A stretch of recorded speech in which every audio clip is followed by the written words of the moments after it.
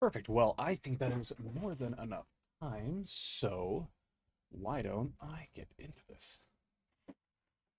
Perfect. Welcome, welcome, welcome. My goodness. Pardon me. I have a little bit of a raspy throat today. I'm trying to drink a little more water. Uh, don't mind the profile view here. It's just easier for me when we go to the set. So, or my three-fourths view, excuse me. So if I turn my head a little bit like this, I will look at you guys, but then I will slowly drift back to my original position. So let's not worry about that. But as for now, let's talk about our stream from yesterday, where we had episode 2 of the VOD with Mire the Giraffe. What a fun and exciting show and interview. I mean, even though that was the second episode, it's still mind blowing to think about how many people there are and just how many unique personalities we have. Welcome, Oth. Yeah, she was cool. Just a lot of the excitement comes from just meeting new people and talking and just really diving deep into what makes a person so unique and so fun.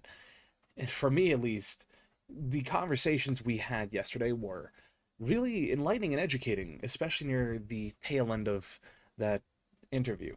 So it was a lot of fun, and it's something I am super happy we were able to go into. But moving forward, you know, it's always so exciting to think about how every interview is going to be different. And it always fills me with such excitement to think about how many interesting people we'll encounter as we keep doing this show. And I say we because, well, this is more than just me. This is more than just my team. This is you guys, the audience. So, keep that always in mind that I can't do this without your guys' support. So, yeah, we have a wonderful, oh my goodness, my voice almost cracked. We have a wonderful, wonderful guest today. Now, it's a little bit unique because in terms of VTubers, you don't see a lot of individuals like this, meaning profession-wise. Now, we have a guest. His name is Joey D. King, and he is a 31-year-old mime. And that's what I mean. You don't see a whole lot of mimes anymore. It's it's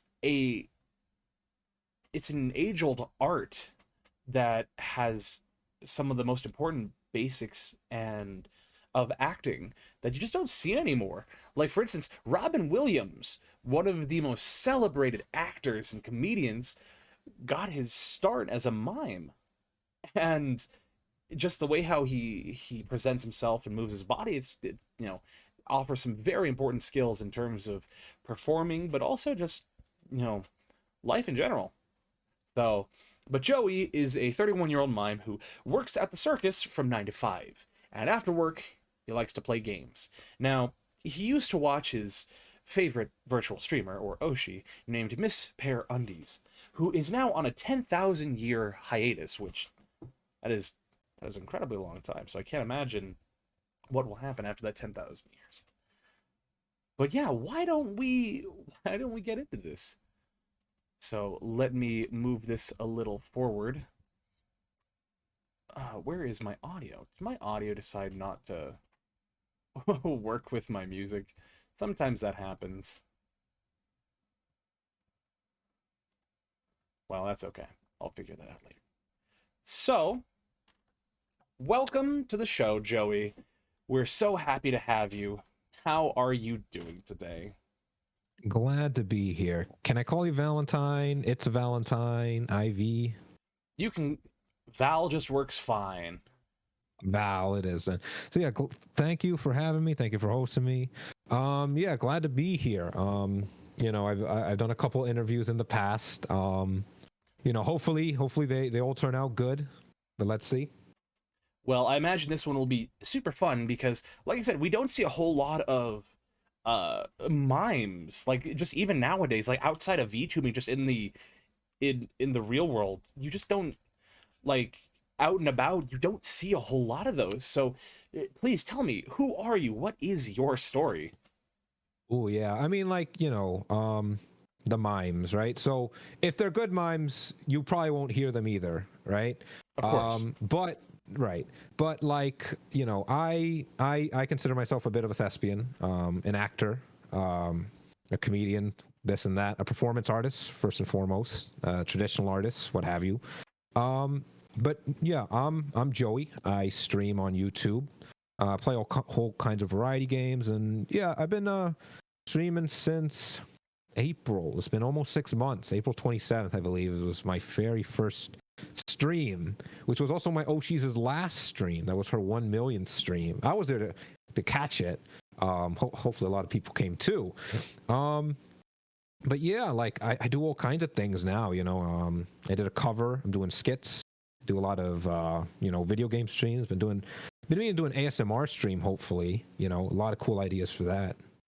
I can only That's me. I can only imagine how much work that must be. I mean, especially sitting, hitting half a year. That is, incredible to think about because, some people who do this, they, it can be a little hard to continue with the motivation. I mean, I know for me, sometimes thinking, oh, how can I effectively do this? Do I think I can make it to a year? And then I see people, like yourself who are putting in hard work, but genuinely enjoying what they're doing. And it certainly gives me the motivation to continue on because, making such good content that you do, it's very inspiring. Oh, thank you. I make good content. Thank you very much. Appreciate it. Of Um, course. but yeah, like honestly, personally speaking, I went into it initially with the thought 100% that this will be extremely draining. It'll take all of my energy, and I probably won't see much out of it. Most of that was true, but I actually realized that it's actually very invigorating. Like after work, like I said, work from 9 to 5. After work, I'm usually very tired. I get home, like 3 days out of the week. Actually, last week I've been streaming a lot. I streamed 4 times. This is my fourth stream this week. Been streaming a lot recently because of Halloween, or rather October and all that. But I noticed that streaming has actually invigorated me, and I was fully prepared to stream and be absolutely wiped. But streaming has actually given me energy. Every day after work, I come home like tired from work, have to walk to work, gotta walk back. And then I start streaming, and at the end of my 2-3 hour stream, I got so much energy. Like I could probably go into a boxing match and last a couple rounds with how much energy I come out of streaming. So it was very surprising, It was very surprising and a very surprising experience for me, personally speaking. I know exactly the thing you're talking about because, I work at I work an 8 to 5 job. And so, Hmm. sometimes those 8 hours can be so draining. But when I come home, I'm just like, suddenly, where does energy come from where I can do a 2 hour stream, or like I want to say a couple weeks ago, I streamed for 4 hours during a weekday, which I never do, but I was so into the stream and I was enjoying it so much that I was able to really just sit there and really enjoy myself and have fun. Oh yeah, totally. That's very relatable. That's me most streams, honestly. And like the feeling hasn't died down. The feeling hasn't died down after 6 months, I could say. Well, just in seeing the hard work you put in, I can only imagine that all of that work, it builds on itself, and you just see the fruits of your labor slowly piling up. It's just really enjoyable to watch. Oh So, yeah, totally. Like if you see some of my early shorts, right, when I started clipping myself, mhm. the early shorts are very rudimentary level video editing. I look back on it myself and I'm like, that was so easy. Why was that so hard for me? My newest shorts are like extremely more complicated from a video editing standpoint, if I had to say so myself. Like for my Cuphead short, I had to do a little bit of SFM work, right? Like source Oh, filmmaker work, just for like a 3 second bit at the end where the devil from Cuphead shows up and starts Gangnam styling. Just for that bit, I had to like spend like hours, maybe like at least 12 hours learning some SFM just for that bit. I'm going to use SFM again, so it's definitely a skill worth learning. But you imagine you put all this work in just for 3 seconds of video, 3 seconds of video that I put right there at the end. But it was perfect. I wouldn't have it any other way, honestly. now that you mention that, can we talk about FS or SFM a little bit because I play a lot of TF2 on Force my game, stream. TF2. Gary's mod or Half-Life, and so No, that's not the reason why I bring it up. I bring it up because I've heard that learning SFM is pretty difficult. Is this true? Yeah, honestly, there's so much I don't know. I just know the tip of the iceberg, just enough to get what I needed to get that clip for, like I said, the Devil Gangnam Style. Mm-hmm. But like, yeah, it's like honestly, it's just a nightmare. Honestly, there's so many things that can go wrong, that will go wrong. Man, it's reminded me of when I first started all over again. You're always a novice in some field or another, right? Like when I first started, there's so much software and hardware you need to get configured just to get like a basic stream going on anything. So when I started learning Source Filmmaker for that, I was like, oh man, I'm back at it again. A novice stepping into this new field. I got much to learn, and it's not going to be easy. And it wasn't. Like I could probably spend more time learning more Source Filmmaker just to be that much better at making videos and content and whatnot. But I'll wait till it's necessary, because right now I got a lot on my plate. So when it's necessary for me to learn some more Source Filmmaker, I'm going to do it. But for now, the amount that I know is just enough to get me by with the content I want to make. Have you worked in any other like rendering software like that before, like Unity or Blender or I think Maya? Ooh, so Prior. 3D, yeah, other 3D stuff, not so much. I only really use Source Filmmaker because I'm familiar with the Source games, and there Ah, is a lot of resources for Source Filmmaker. Not saying that they're, the other rendering systems don't have a lot of resources, but that's just where I'm most familiar with as a PC gamer, playing a lot of Source games, TF2, Portal, Left 4 Dead, all that. It just because you know where to get all the content, right? Like if I need of course. models, I can find them. Right, I could just find them on Steam or whatever, or Gary's Mod, just import them or whatnot. But yeah, that's the extent of my 3D rendering capabilities. Well, just seeing the short you're talking about, because prior to this, I was taking a look at your just the shorts, and like I said, they're just really enjoyable to watch, and seeing the amount of work that goes into it. Like I follow a couple TF2 SFM creators that just do a lot of work, and I can just only imagine how much time, precision, especially scrutiny, because I know a lot of people who do that specific thing. Like I have a good friend who now works for a gaming company in, I think, Taiwan or China right now, because he recently worked on Starfield, especially as a 3D renderer and all that. And he talks about how a lot of people in this industry who do that kind of rendering and modeling are they scrutinize their own work incredibly, because they really want to bring out the most in what they can do. So I can only imagine that you do that for a lot of your work. Yeah, I mean, not particularly with SFM, because I realized, like I said, I knew just enough about it and learned just enough to be able to get the joke I needed done.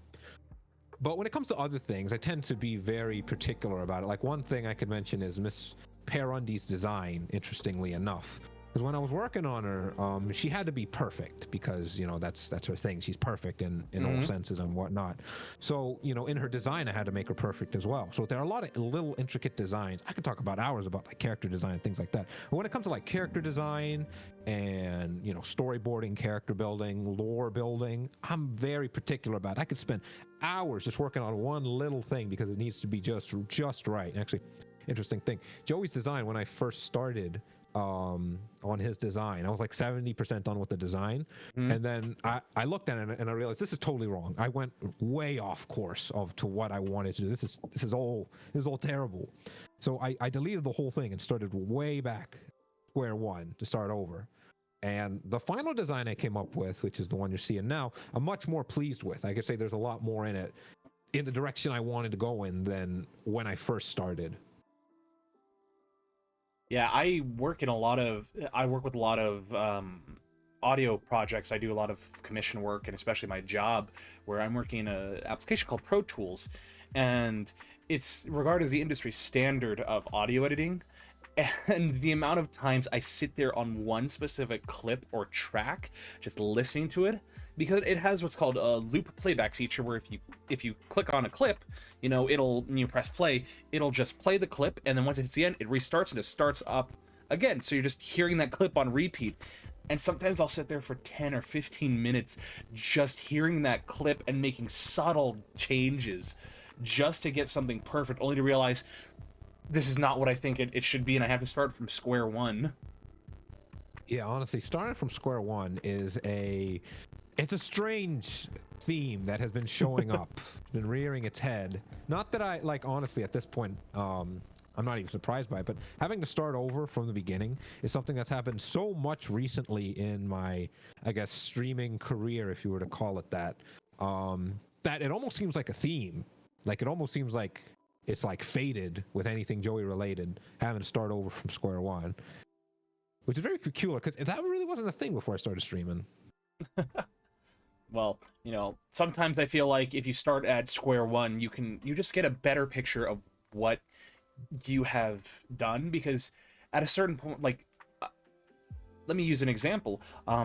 There's a thing in the audio world called audio fatigue, where if you're working on a project and you're say you're mixing with headphones or using loudspeakers to mix, after you do that for a couple hours, like typically about 2 hours, you're doing it 2 to 3 hours, your ears will start to get fatigued because there are muscles inside, and the whole audio process of how sound comes in the ear, it goes the middle ear with all the three tiny bones, it goes into the cochlea, things tend to get worn out, much like the eyes do. And so at a certain point, your capacity to recognize these small details slowly diminishes.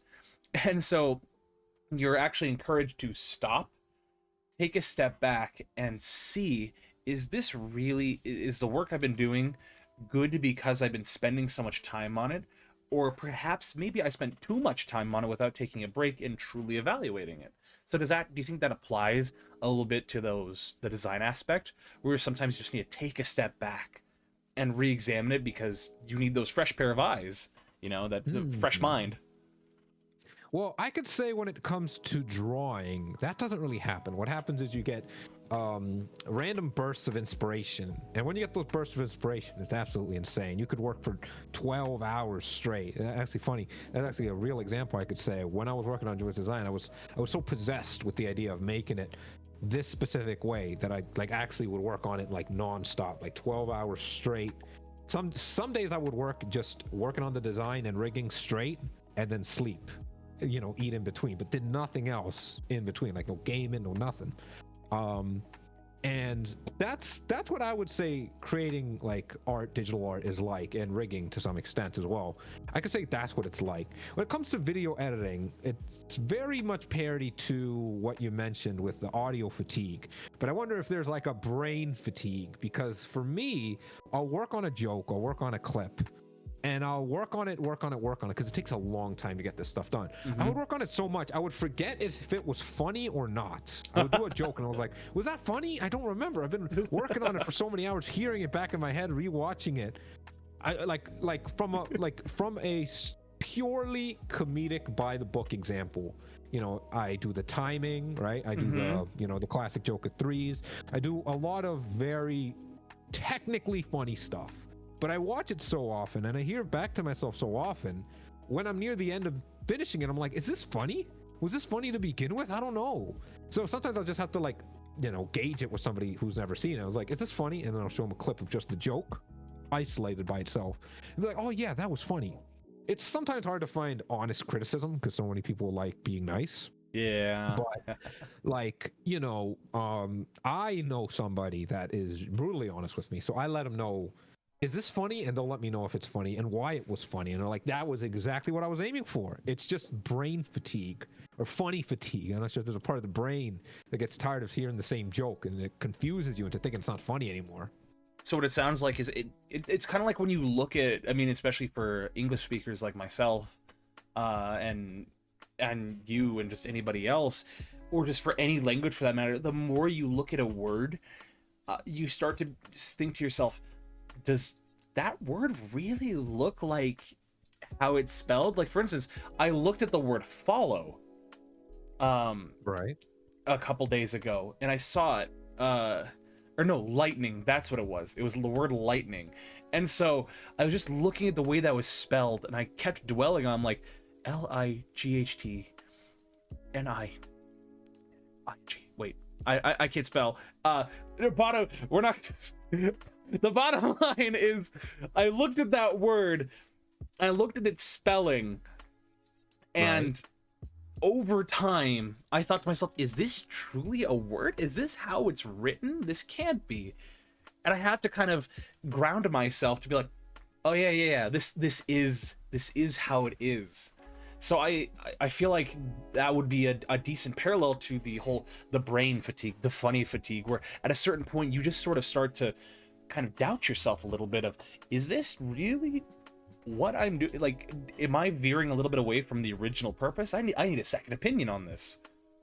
Yeah, like, I'm no neurologist or anything like that, or a psychologist or whatever sort of ologist has to deal with funny fatigue and brain fatigue. But for me, it isn't when I look at a word, it's when I say a word a bunch of times. Like, I don't know, patch.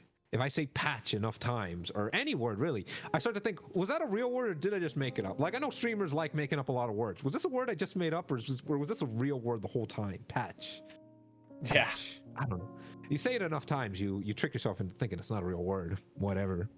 I guess the human mind will always be that kind of enigma, because like we're still figuring things out about that we didn't know, hundreds of years ago. Like, for instance, the invention of psychology is a relatively new science, which didn't really come about until the early 1900s, which is incredible to think of, because prior to Sigmund Freud pining for psychology to become a real thing, people were like, yes, the reason why you're not exactly quote unquote normal, I'm using air quotes, normal in the head, is because your four humors are imbalanced, which is like like that whole thing.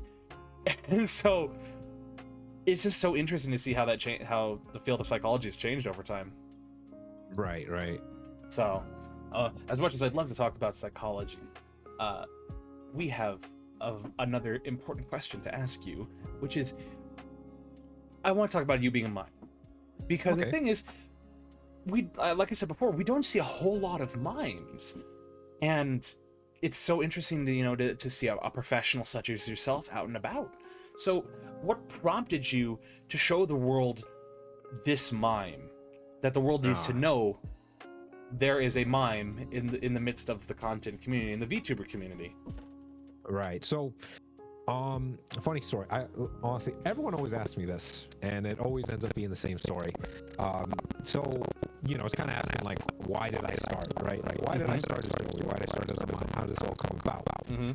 Well, I say this every time. I feel like every time I say it, it means like less, and you'll see what I mean, because like my purpose when I started was to make a parody of virtual streamers and virtual streaming culture and all that. Oh, parodies, you probably know some of the big ones, right? Like Shrek being a parody of Disney fairy tales, right? If you're familiar with Shonen, right? Like Dragon Ball Z, One Punch Man would be a parody of that, right? Yes. If you don't ever have 40K, right? That's a parody of sci-fi, right? It's just absolutely absurd compared to any other sci-fi, because that's what it's aiming to be. But I noticed there was no parody of virtual streaming. Like, I've seen plenty of virtual streamers that like kind of push the line, but they're very much in the culture of virtual streaming without actually being a parody of it, if that makes sense. Like, they're not purposely parodying it, not their character, not their lore and things like that. So I decided I would be the parody of virtual streaming, right? Yeah. So would you say that you're a man of many faces then, because you're trying to be this parody of virtual content creators? Man of many faces. I mean, I'm a different Joey when I'm at work. I'm a different Joey when I'm streaming. Of course. Right? I'm an actor, so sometimes I'll play different characters. No, that make... Well... Yeah, like, sorry, suddenly the audio bugged. That was kind of strange. But like, yeah, like being an actor, I play many characters. So, this is Joey interviewing right now.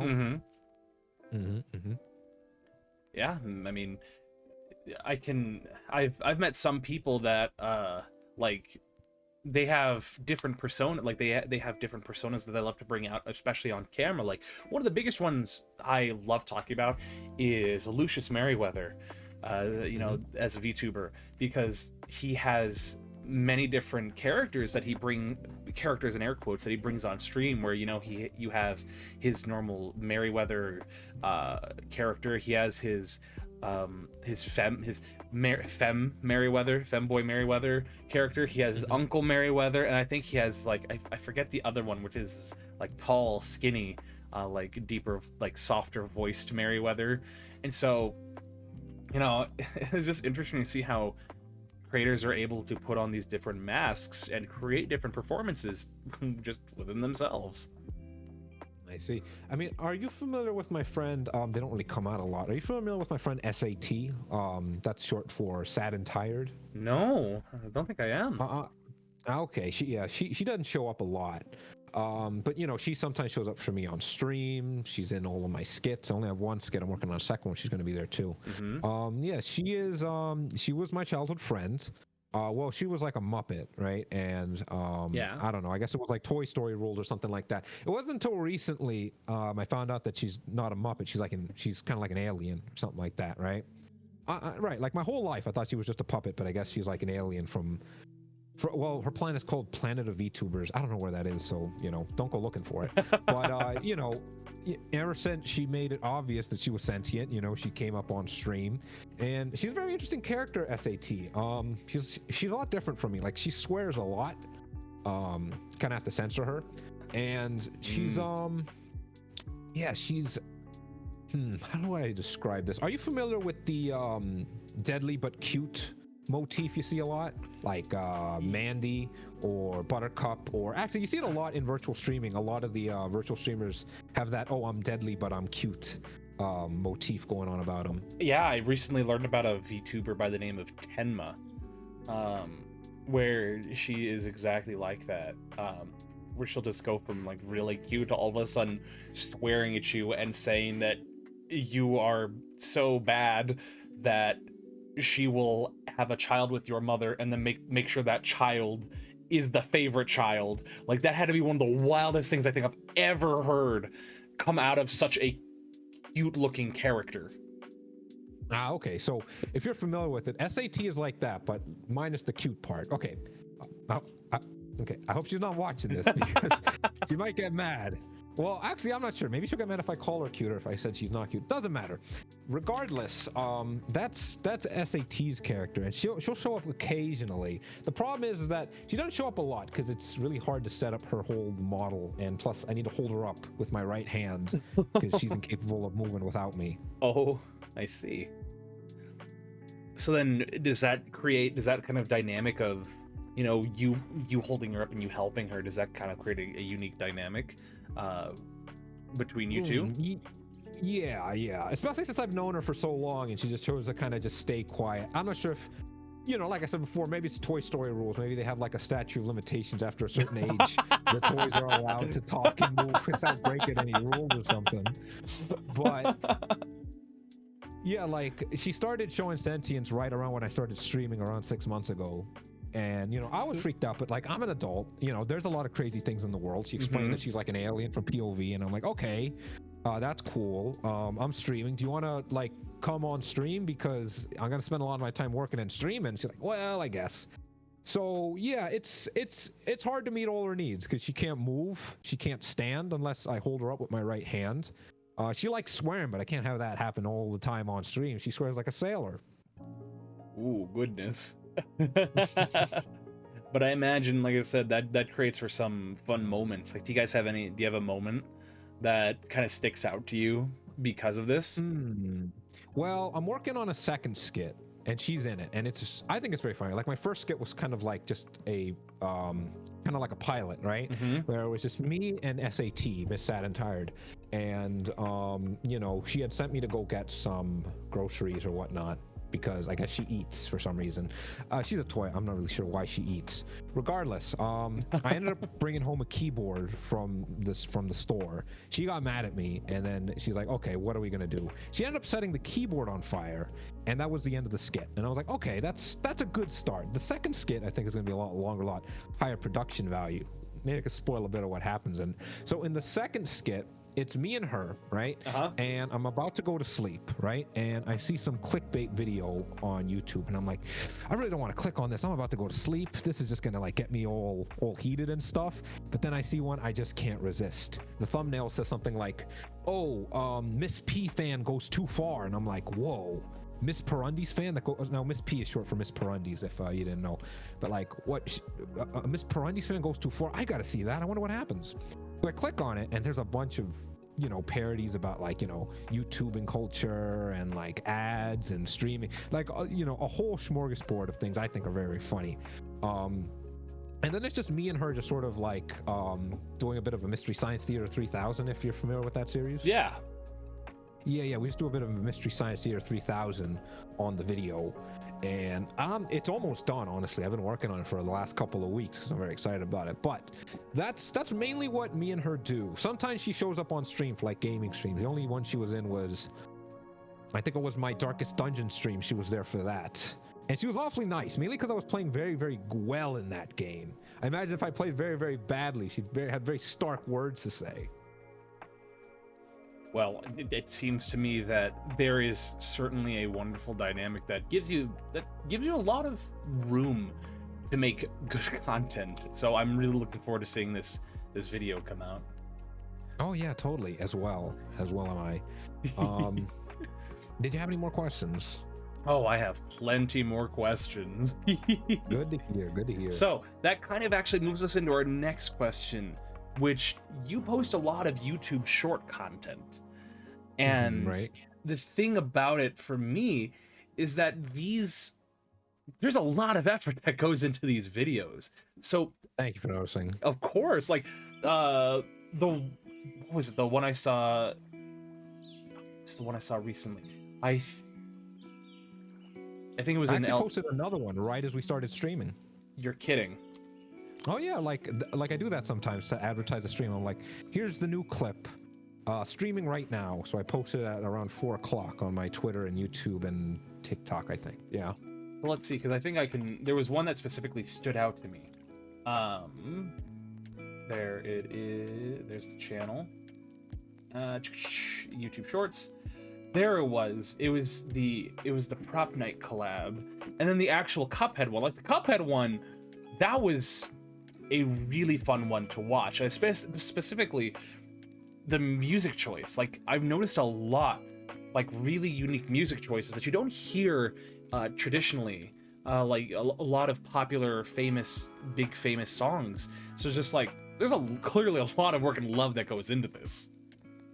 Right. Like when I first started, the first couple clips I did, there was no music. But it wasn't until like later on I realized, music would help this out a lot. So I started making a habit of picking that's actually the first thing I do when I start making a clip. I find the perfect song and I listen to that song and I let it drive me in what direction I want to take the clip. And then eventually I learned about the timing of the song. It's very important to time the jokes with the songs. Like in the Cuphead clip, if you listen to the music and watch the edits, it's timed very particularly. That isn't by accident. I didn't just play the music and it accidentally fit with the clips. No. They were timed specifically to try to make it as funny as possible. The timing and the jokes and all of it. Mm-hmm. So in terms of editing, that's the first thing I do. I find a song. You know what's funny is Hans Zimmer and Christopher Nolan. Right. So for those that don't know, Christopher Nolan is, an Academy Award-winning director who's done movies such as Inception, Interstellar.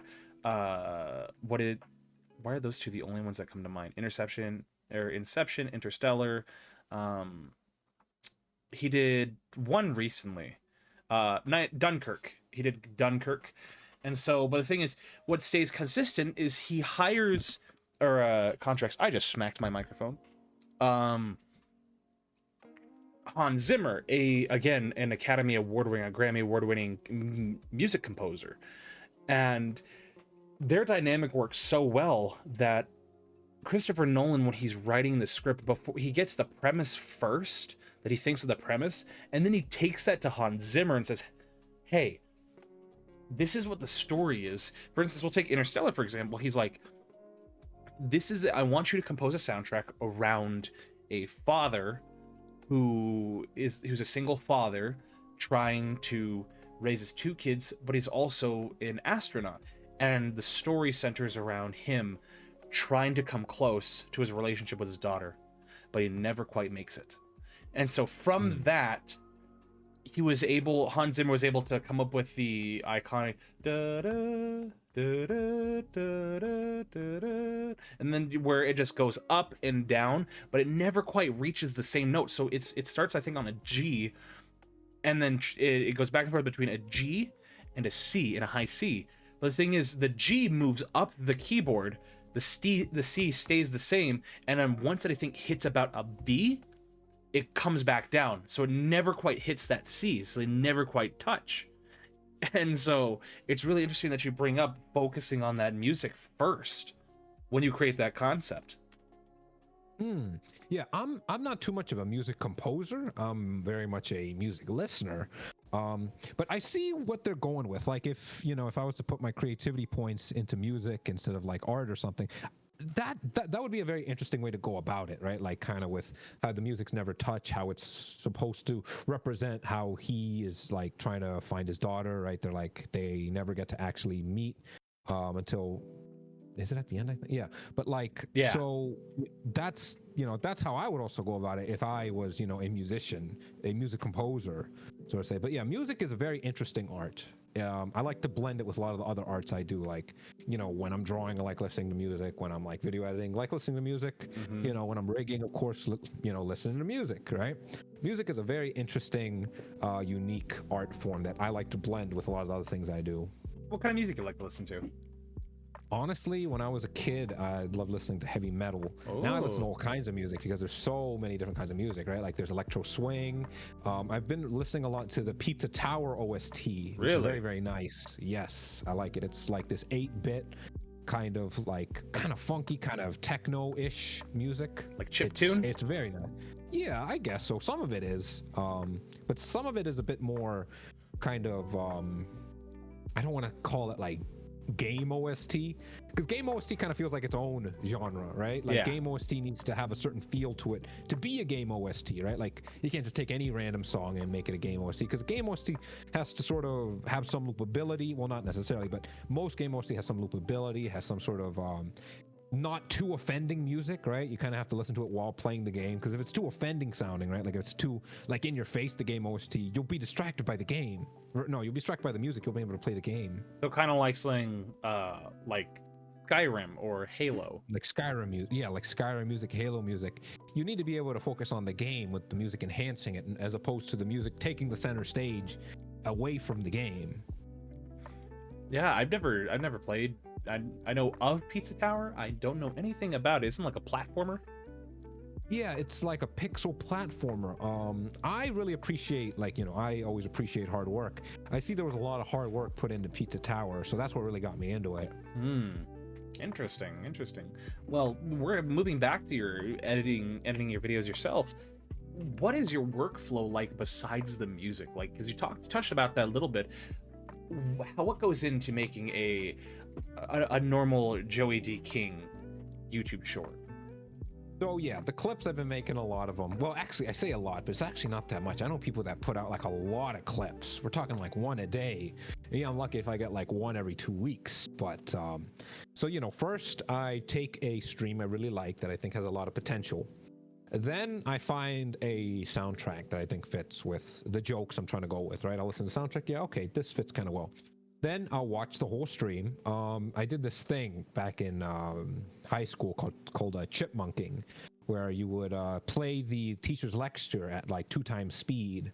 So I would re-watch my stream at 2 times speed to get it through faster, so I could get to the content I want as quickly as possible.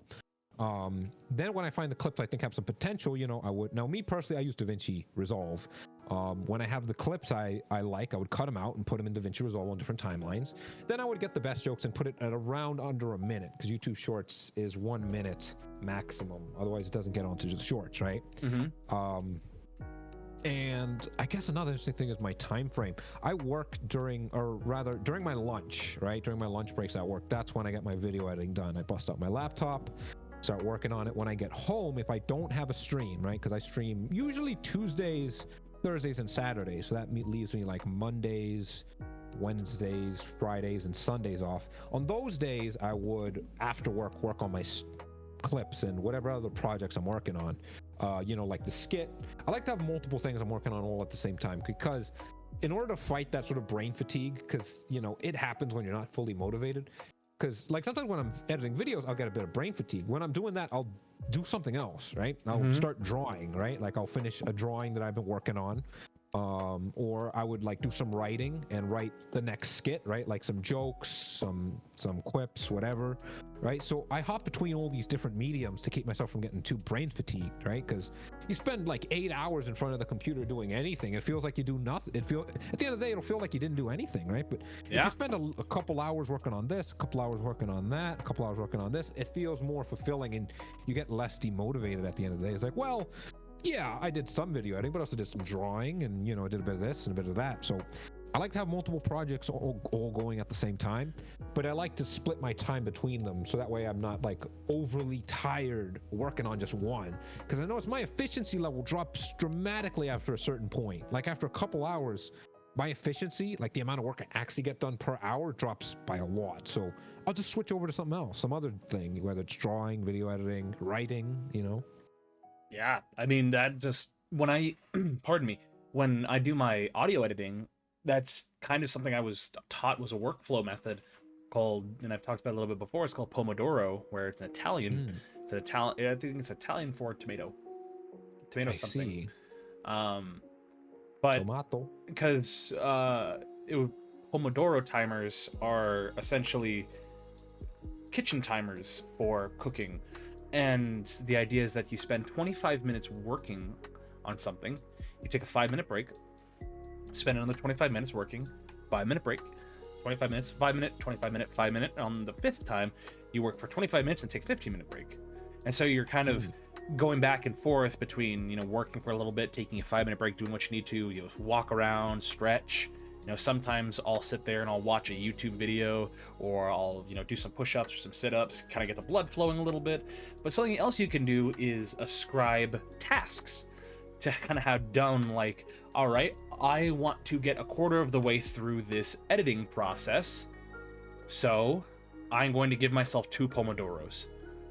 Meaning, I see. I'm going to work for 25 minutes, take my break, and work for 25 minutes, and take that break. At the end of that break, I hopefully should be a quarter of the way done. That way you're kind of setting more manageable, realistic goals with it. I see.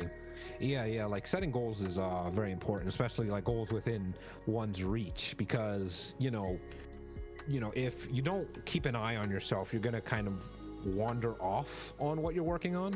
So like I guess for an example, sometimes when I'm working on something, not just something creative, but like, anything, I'll notice sometimes I'll build up these little distractions, like, oh, I can't do it until I do this other thing and then this other thing. Like, no, well, if you have a goal, a realistic goal, right, these distractions won't get in your way because you have the goal in mind. You won't be like, oh, I can't finish this because my milk is going to go bad in 36 hours. No. Focus on the milk when you focus on the milk. But right now you have a goal, right? Finish this joke, finish this drawing, finish, get a couple lines of dialogue in or whatnot. Then you can focus on something else. Because, if you let all these little problems take real estate in your mind, you'll never get anything done. It kind of, because you're talking about, especially the making sure you're managing your expectations on goals, it kind of seems like a lot of like new people, especially in the VTuber community, are trying to set a lot of these big ambitious goals like before they debut. And do you think that people like nowadays, especially since VTubing is growing like wildfire, do you think that the ambitious, my goodness, I can't speak, the ambitiousness of these goals could kind of hurt, some people who are trying to, make this a profession? So if you're going into it with the goal of making it your profession, you're going to need a lot of very ambitious goals, first of all, because because there's so many steps, especially if you're starting from nothing, and we're talking like nothing. Like if you like just have a laptop, you're gonna need a lot of work to get towards any manageable amount of professionalism in in this line of work, right? So if that's your goal, now I could just say with certainty that from the start, that wasn't my goal, right? If anything, I say I've achieved most of my goals already, but I still have more goals to go. So I can't say with any relatability that, oh, I know what it's like to try and, go into this and make a career out of it. Because even if I never make a career out of it, that's fine. I've already achieved a lot of the goals I wanted to when I started. But if you're going into it with that goal, which is perfectly fine, you have to realize that it is, it's very competitive out there, as I can imagine. I've been in a couple of competitive fields, and I could say, this is definitely one of the more competitive ones. Because there's so many other people, right? And this is more of a not a guarantee, of course, right? Like, you can work forever and ever and ever, and you can follow all the trends, and you might not even make it with any level of success. So you have to go in with those expectations. You could go into this trying to make a career, but also expect that you could probably just fail and really not get much out of it if those are your goals. Just, make money, be popular, what have you. You might never make it there, right? You could try and try and try. You might not make it there. But as long as you keep that in mind, you will probably be able to last longer than a lot of other people. Because if you go into it hoping for that and expecting that, well, you might not get it, right? But if you go into there with the expectation like, okay, I'm going to try to make a career out of it, but if I fail, then, it's just because it's that competitive. Try something else, of course, right? There's loads of other things that with a person with drive and some good ambitions could probably make it out there. So then, would you say would that be your advice to anybody who's trying to do this, is just manage your expectations, and kind of what you put into it is what you'll get out of it, is kind of have that mentality? Maybe it really depends on your goal. So I would say, the first part, manage your expectations. Definitely what you put into it, what you get out of it, really depends on what your goals are. So if your goal is to be popular or to make money out of it, then what you're going to be putting into it would be a lot of, I imagine, following trends, being very marketable. If you put these things into it, you'll have a higher chance of getting out that outcome. If your goal is something else, right, like artistic expression, performance art, making music, right? Like, that's another form of artistic expression, but, just to be more specific, of course, then what you're going to have to put into it would be like, your time, your loving energy, your creativity, right? Like your artist soul, you'll have to put into it. And what you get out of it, which is, what I've been doing, I've been putting a lot of my artistic soul into this. I've gotten out of a lot of, like, I look back at all my shorts and think, wow, I really like what I made here. I think this was really good. Whether it was popular or not, well, that's kind of a secondary objective. Because as much as I would love to be popular, I do value a lot of the things I get from being so unpopular. Like, a lot of my streams, people don't show up, and that's fine. But then I realized, well, during those streams, I could kind of just say anything, right? I could, like, I have almost completely, because, like, no one's watching, right? So I can very much value that being unpopular, and I won't have that forever, right? Like, if I keep going at it, eventually people are going to start watching, and then I'm going to be in a new kind of scenario, right? Like, if you're familiar with Shrek's whole journey, right? He first wanted to become popular and accepted, but then in Shrek 4, when he had it, he wanted the opposite. He wanted to be feared. Well, he can't go back, right? So if I value the time I have now being unpopular, I'll never get it back when I be popular, because you can't just, suddenly be like, oh, I want to go back to being, no viewers and stuff like that. So I very much look at the positive of it all from an artistic perspective, because these are times that, you never get back. That's a very interesting point you bring up, of how putting in the work, you'll get to that point where you can, you will be popular as long as you're putting in the effort. But it's so interesting that you're saying how you can't go back to that. And it kind of makes me think, do you think people just who were at that spot before, like, for instance, it's the difference between, I've had this conversation with other people, it's like the difference between indie VTubers and corporate VTubers, where Right. when you start out as a corporate VTuber, you have a bigger fan base, you have more availability and more resources, but at the same time, you kind of don't have a whole lot in the beginning to kind of be a little bit of yourself and kind of be in there, because you're on a leash, but Right. you're on a leash where you're getting a little bit of a head start. You're taking the elevator to get a little bit higher, Whereas if you're an indie VTuber, you start on the stairs and you kind of have to walk up the stairs to get the high up. But at the same time, you're getting to meet people who are also on that set of stairs. Whereas if you take the elevator, you're just passing people. And so it's Right. interesting that you're thinking about how when you have zero viewers, when you're starting at the bottom, or when you're just like this, it's a complete. Well, I don't really see it as starting at the bottom, but like, it depends on what your goals are. Oh, that's true. That's true. You're very correct in that. But just how that changes of once you attain more of your goals and you're getting higher and higher, you can't go back to where you were. And I wonder how much that affects people who were at like, a little bit of a lower level, and they're working hard, they're getting higher, but now they can't do as much as they thought they could before. Like, sometimes it's kind of nice sitting in a 0 viewer stream because you're just there and you can kind of do what you want. And then you can't do that when you have like 2,000 people, 20,000 people watching you. Scrutinizing you, watching you. You got to watch your brand and all that. So I've actually pondered that recently in another interview. And the way I described it was there are so these are the 3 most popular goals I see people going into this wanting, right? Mm-hmm.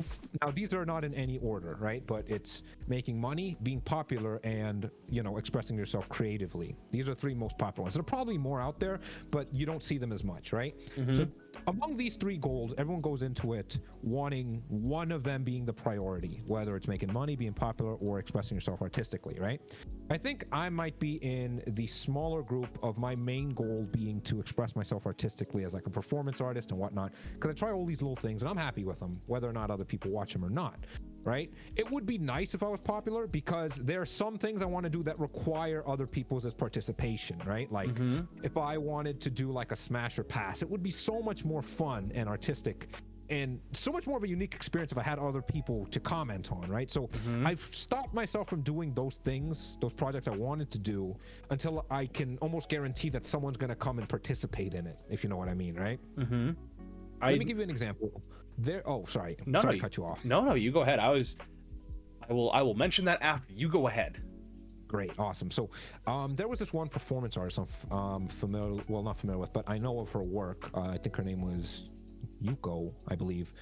She had this one performance art. And by the way, are you familiar with the concept of performance art? It's a bit different from like traditional art or like other forms of art. I think I do. Is that when it's more, in-person performance-driven things are done for the sake of art rather than entertainment? Not necessarily. So okay, so what is it? The main difference between performance art and other types of art is the lack of preservation of it and the art and the artistic satisfaction the viewer and the artist gets from the fact that this moment right here is the art and it can never really truly be re-represented. You can record it, of course, but you can never really be back in it. Kind of like a concert, Like you can record a concert, but that's different from being in a concert. And each concert's different, right? So you can go to their next concert, it might not be the same as this concert, but you'll have fond memories of that one concert you were in. You could say you were there and you remember it because you were there. So it's about being there in the performance of it and the sort of lack of being able to recreate it, right? I remember she had this performance art that was very striking, where she would sort of sit on a stage, right? She would just sit on stage and not move, not do anything. And the audience was encouraged to get a pair of scissors and cut a piece of her clothes off and take it with them, right? I think I've seen this. Now imagine if nobody came, if she didn't have anybody to participate. That itself would be an interesting performance art, but I imagine the intent of it was for participation, right? Now you could probably, get a recording of that performance and rewatch it and whatnot, but it isn't the same as being there, being a participant, choosing to or choosing not to participate, of course, right?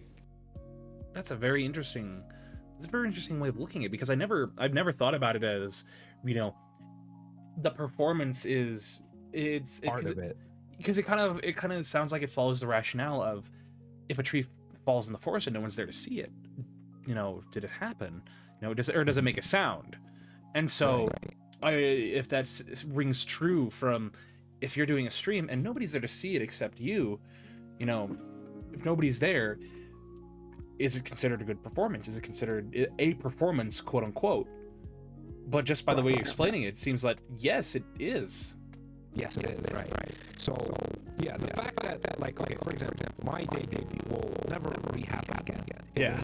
You will never re-be in my debut ever again. If you were there, you were there. If you weren't there, you weren't, right? That's just how it is. So you know, I had a lot of famous streamers do like indie debuts and stuff like that. That's great. That's awesome. Because a re-debut is a different performance than a debut. But to be in my debut, you could say you were there, you could say you experienced it and whatnot. I know only 2 people were there, and I know them. They, you know, we ended up becoming friends. But because that moment will never happen again, I have this little gimmick I like to do where whenever there's a memorable moment on stream, I like to take a snapshot of it. So I have a little binding here to snapshot my screen. And whether you're like collabing with me or you're in the comments putting down comments, you could be in that picture, right?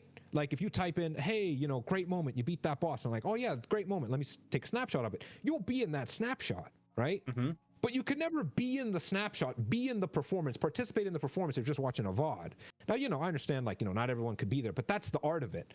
The sort of you be there, you not be there, you know what I mean? So, like, you'll never be in a picture if you just watch the VODs, but part of the performance is the live aspect of it. The fact that, like, you're missing other performance, but you're in this performance and all that, right?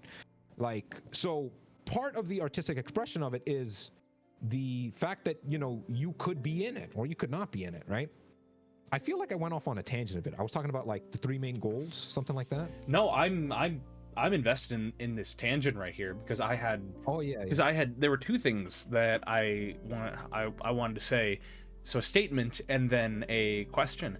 Because relating a little bit to that, before I did VTubing, I did, you know, semi-professional improv where I would perform in front of, you know, hundreds of people. And improv is a very audience interactive thing.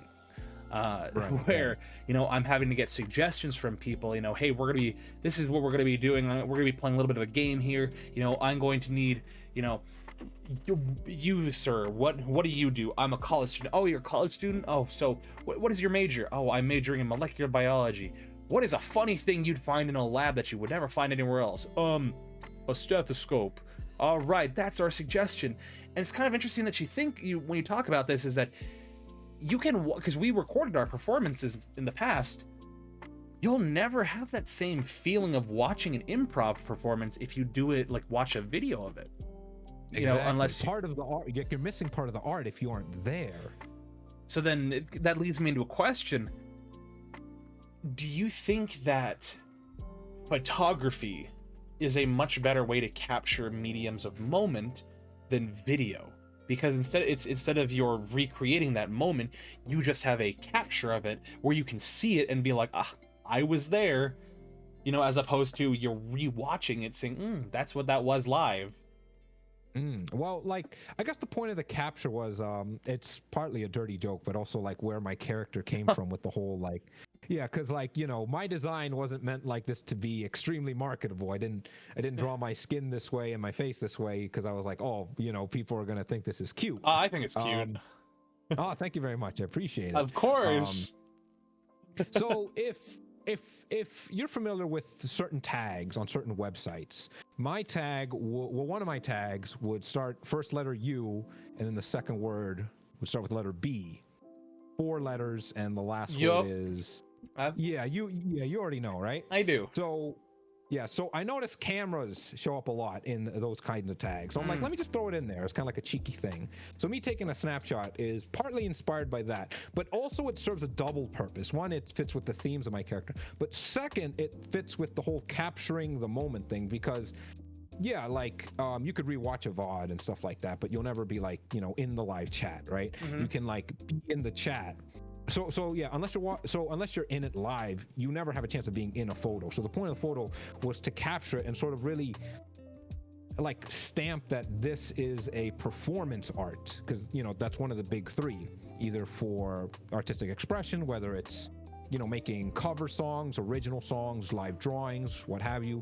You either go into virtual stream because of, you know, you want to express yourself artistically, you want to make money, or you want to be popular. And anyone that goes in it, these are the 3 main goals I see people go in it. So, you know, for me, it's artistic expression. So I feel like I've already achieved that. I've done like before I started streaming, I would only draw like a couple of times a year, honestly. Yeah. I'd draw maybe once every 2 to 3 months, right? And then I would stop drawing, put down the pen and stop drawing. Ever since I started streaming, I would draw every day. Every single day I would go, there would not be a single day I go by without drawing, because this is feeding my artistic expression. So I would say I've achieved that goal of artistic expression. I would love some more popularity, because there's some streams I want to do that kind of require people to participate. You know what I mean? So it's kind of limiting some of my streams that I could do, because it's sort of required to have people participate in it. Making money, that's like a whole separate thing. Like, I'm not in a situation where I need money. So that would be my last goal. So for me, my priorities would be artistic expression, followed by popularity, followed by making money. Now, you know, whatever someone says their priority is, and I'm not going to judge. You know, if people go into it just to be popular, just to make money, that's fine, right? Some people go into this just to make a career out of it. That's fine.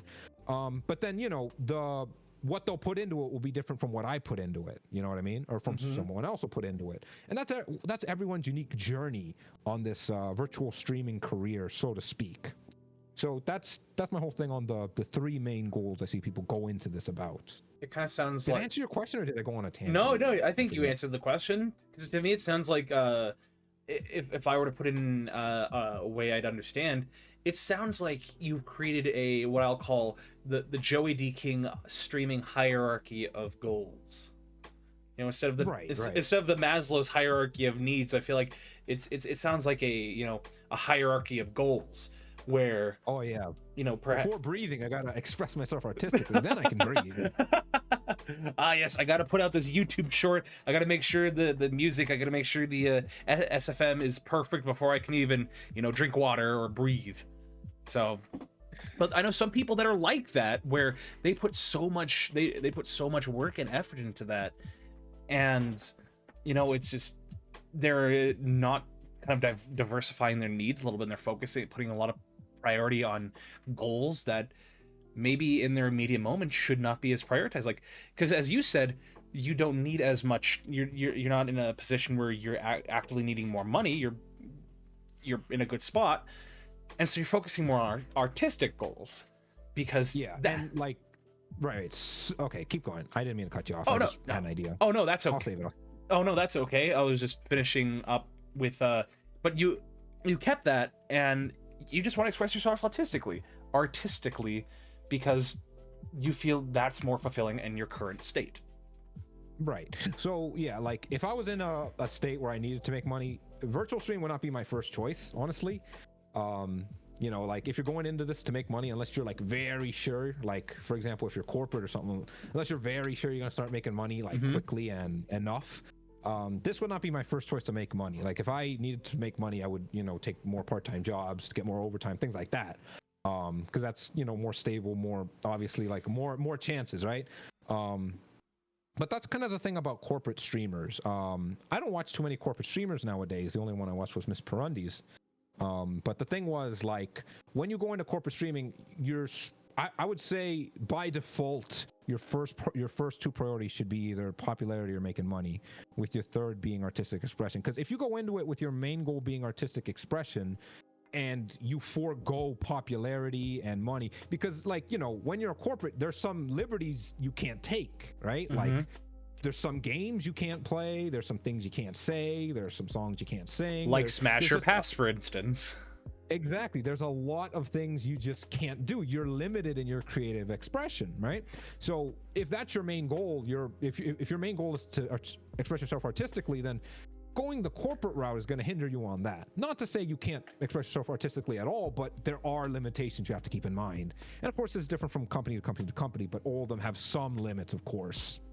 Of course. I mean, and thinking about it too, well, I guess what people sometimes don't understand is that if you do the corporate route and you audition, quote unquote, that suddenly becomes a contracted job, where you're now working for a company. You're most likely getting either a salary of some sort or a wage, which suddenly, you're working for a company. You're employed at that point. Right, and there's nothing wrong with that, of Of course, right? Like course. that's just the route they want to take. Whether you're indie or corporate or whatever, these are the three things I see most often. And pick what you want, but make sure you're working towards that goal. If it's to Hmm. be popular, make sure you're working towards that goal and you're putting in stuff to get out popularity. Yeah, because like if you look at, because I like to talk about the difference between, do you know the company V Shoujo? Yeah, I'm familiar. I think I applied once. So, so V Shoujo, so there's V Shoujo, and then I like to give it like say Hololive. Now if you take the two, if you go that corporate route, you as we've talked about, you know, you're a little those liberties are kind of taken out where you're employed, you're following their standards, you're following all of that, but you have more stability, you Right, have more consistency, but you're following guidelines, you're following rules that you're obeying, where you're making you're working for a company. Whereas say, you know, that indie VTuber, now V Shoujo is not a corporate company, rather they are a management company, which kind of right. it sounds weird to say, but you look at, It's managed by talent, thank right? you, it's talent Yeah, management. And so, you know, you look at people who are part of like say V Shoujo, like Iron Mouse, like Zentrea, like Kason, you know, these people, they are essentially, they're still their own person. They're just, they worked and applied to get a spot with a company that'll manage them and represent them a little better. And so it's just interesting to see how people, you know, these goals change whether they choose the corporate route, where they'll have that stability, they'll have that consistency, versus a little more creative freedom, a little more artistic expression through a management agency. Um, right. Yeah, I'd say that's how I see it. Exactly that. so, you know, whether or not people kind of, because I feel like people are like, I want to be a corporate VTuber. I want to be able to be in a Hololive or, you know, Niji Sanji, Phase Connect. You know, I want to do this. You know, perhaps something that should also be mentioned is, you know, is this what you want to do? Do you want to sacrifice some of this to get a little bit higher, or, you know? And so there's definitely pros and cons to both sides, very much so. You know, there is no correct route to go with.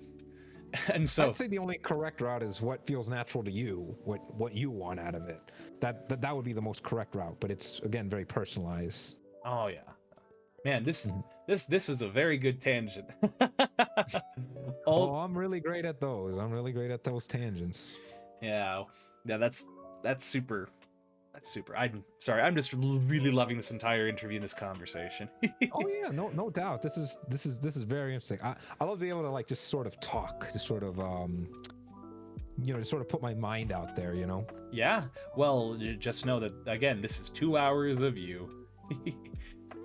Well, Oh, moving a little bit yes. forward with moving a little bit forward with, since we were talking about like um limitations of maybe with the company or stuff like that, you know, something that comes to mind is collaborations, especially since like people who are part of Hololive or Niji Sanji, they're not necessarily allowed to collaborate with certain groups or certain people, you know, because of contractual obligations about that.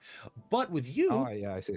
you know, leading Right. to this, you collaborate with a lot of people. Like for instance, the past few videos I've seen on your channel, the most recent ones, you know, like your like Prop Hunt, or there was a, I Mhm. think Friday the 13th. Right. Um, you seem to be collaborating with people fairly frequently. So let's talk about that a little bit. What is that like for you? Honestly, it's been pretty fun. It's been pretty fun because you can at least have one person observe to be there to observe your jokes and what you have to say and things like that in collaborations. And it's really helped me kind of get out of my shell because before I started streaming, I didn't have Twitter. I had Discord, but that's it, right? I barely even used Reddit. So my only social media was Discord. That's it. Ever since I started streaming, I have like a Twitter. I had to learn how to use Twitter. Like, you know, I had to ask people that have been on Twitter, like, how do you use it? Like, what's a hashtag? Like, what's this for? Do I hashtag everything? Do I have to picture everything? Right. So that's been an interesting experience. TikTok, I had to make a TikTok. I didn't even use TikTok, right? Like, I didn't watch TikTok videos or anything like that. So ever since then, I made a TikTok. Then I made like a Reddit. I don't use Reddit as much either now, but like that's before, like when I first started, I would network on Reddit. Also, like learned networking and stuff like that. So collabs are really good for spreading your networking skills, right? Like it's a very interesting soft skill to be able to network with people and to be able to be like setting stuff up. In my experience, and this is personally speaking, I'm not sure if it's a me thing, but in my experience, I've noticed about half of the collabs actually go through, the other half don't go through. Some people might have better luck than me and maybe get like more of them go through, especially if like you're a big corporate one. I imagine you have a success rate of almost 100% with your collaborations. But from my perspective, about half of them go through, the other half don't go through for whatever reason, you know, time scheduling, they couldn't make it, they didn't like you, they don't like the game you're playing. I can't say, but with that, I can say it's very good for tempering also your expectations. You got to kind of realize not everyone's going to like you for whatever reason, but that doesn't matter, right? Always, always put yourself out there. And even if you're shut down, don't be afraid to keep putting yourself out there, especially if you want to be a streamer. That's like a given. Oh, very much so. I mean, actually, talking about with going back to the goals thing, coincidentally, when we see VTuber goals, like for instance, one of my goals when I debuted was to collaborate with one person, to at least to collaborate with at least one person before the end of the year. That was one of my goals. Now I see a lot of VTubers that make one of their goals to be to collaborate with as many as they can. Now, do you think that perhaps do you think that's maybe a good goal to have, or do you think that sometimes prioritizing collaborations over independent content could be a little detrimental, because making your entire channel about collaborations as opposed to doing streams where it's just you, do you think that maybe could affect the performance and the mindset? So there's actually two things that are relevant to that answer. So first of all, you brought up an interesting point. That is sort of one of the many other fourth reasons people might go into virtual streaming. The first three, as I mentioned before, in extreme detail, being popularity, making money, and artistic expression. Those being the main three. Some people might go into it just to make friends, and that's perfectly fine too, right? You can do whatever you want. You're your own person. If you're going to it just to make friends with other streamers, that's great, right? And if you just like collabing because you like making friends and playing games with people, sure, that's good. That's all well and good. You can still do that without streaming, but if streaming enhances it, go for it, right? Because you could just like make friends online and just play games with them online. But if streaming enhances that, go that route, should you. In which case, it wouldn't really be detrimental if your main goal is just to make friends. Yeah. That's not my main goal, but if your main goal is just to make friends and streaming enhances it, go that route, right? Whether it's detrimental or not, that's sort of how, like, where your goals are, right? Like, if your goals are just to collaborate and make friends, then, you've obviously succeeded. If your goal is to be popular, then, doing a lot of collabs might help you or might not help you, right? So, yeah. That's really where you go into like, your analytics and stuff like that and realize, well, how did this video do? How did that video do? And then you might just start collabing with only popular people because that'll have the highest chance of, getting you lots of statistics and stuff like that. In which case you're very much collabing in a very sort of selective way, which is fine as long as you make that your goal apparent. Because remember, in a collaboration, there are two people, at least, you and the other person. So if you're collabing with them just because they're popular, let that known to them. Let them know, oh, by the way, this is strictly a business collaboration. And if they understand, they understand. Be like, oh, of course, we'll keep this professional. We're not doing this to be friends. We're just doing, right? Like, that's, if your goal is to collab, just be popular, let the other person know. Don't like be like, oh, well, you're dancing around it. I would like to collab, but I can't because my cat thinks your content is bad. And I'm like, okay, whatever. Yeah, like, make it obvious. Let them know, this is strictly a commercial, like a lot of corporate VTubers, their main goal, or rather, making friends might not be their main goal, but it's probably maybe one of them. It's nice to have friends. But like, hold on, let me just reposition myself in my chair. Trust me, I've been repositioning myself in my chair every time because I can't sit still. I typically sit on my leg, and so if you see me go like this, where my model goes up and down, it's because I'm sitting up in my chair and then putting my leg underneath myself. So I get. Yeah. You can't let that leg go to sleep. The leg has to be up watching the stream. Of course. Yeah. So yeah, like if you're going into it to be popular, you're going to be very selective on who you collaborate with, because you know your goal is to be popular. You want to collaborate with popular people and stuff like that, right? Yeah. So, you know, it depends. So to answer your question, it depends on what your main goal is. If your main goal is to make friends, then, you know, collab with whoever you want, you know, and you click and whatever. If your main goal is to be popular, you really only collab with popular people. But here's the thing, a lot of streamers don't know what their main goal is, and their main goal is sort of a mix of different things, and some days it's this, some days it's that. Some days their main goal is to express themselves artistically, some days it's to be popular, some days it's to make money. Like in subathons, I imagine the main goal is popularity and money, right? Artistic expression's there, but it's not the main one, right? So, you know, you behave differently based on what your goals are. So I imagine a lot of streamers go in not really knowing what their main goal is. And that was me when I first started, because when I first started, I applied to a bunch of, like I applied to Hololive, Niji-san, GV Show. I applied to like almost all of them. None of them accepted me, but that was fine. That's when I realized, okay, I can't go into this to be popular because none of the corporates would take me. So I made my own thing. I'm like, well, can I still make stuff out of, like, you know, virtual streaming? And that's when I got possessed into making my own character, because when you go into a corporate, they give you a character, right? So without a character of my own, I had to make one. Yeah. And that's when I got possessed into making Joey's character, right? Like his lore and his design and everything. I talk about his design for hours. There's so many little details since I made it all. There's so many little details I could talk about, like his tie, the stripes, and his design connects with other characters like Miss Perundi's SAT. All their designs are connected with all these little details. But I don't want the whole interview just to be about talking about designs, because trust me, I could just talk about it on and on and on. Of course. Well, it's a fascinating topic to talk about. Oh yeah, it is, honestly. Like, it still fascinates me to this day. Like, I look back on it like, wow, I forgot I drew that like that, you know, and just like dissecting it all over again. But yeah, like, know what your goals are and try to stick with them, because if you mix and match your goals and hop them around, you're gonna get a lot of like, you're not gonna know if you're succeeding or not, right? Like, if your main goal is to be artistic, right, express yourself artistically, you're gonna look at some of the stuff, some of the more questionable things you do, and be like, oh well, did I really have to push this sponsorship, because I don't even use their things or whatnot? And like, you know, you're gonna have mixed feelings. Know what your goal is, stick to it, and put in stuff so that way you can get out what your main goal is. If you switch your goal around, or you don't know what your goal is going to be, you're going to start doubting yourself on some of the content you make, right? You'll look at some content and like, oh, this doesn't fill this goal, and you'll look at other content like, oh, this doesn't fill this goal. Well, if you know what your main goal is and stick to it, then everything you make will be going towards that goal, whether it's popularity, making money, artistic expression, or even just making friends, or, you know, some other thing. Then do you think it's good to have like multiple goals but focusing on one at a time, or do you think it should be kind of like they're kind of side by side and you're just trying to knock them out as you're going along? Because for me, for instance, I like having a singular goal in mind, because I get sidetracked very easily. And so for me, it kind of helps to say, okay, so I did this, I collaborated with somebody, you know, I can knock that off.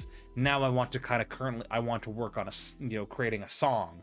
And once I'm done with that, I want to create a lore video. And then I have my overarching goal of trying to stream consistently until December.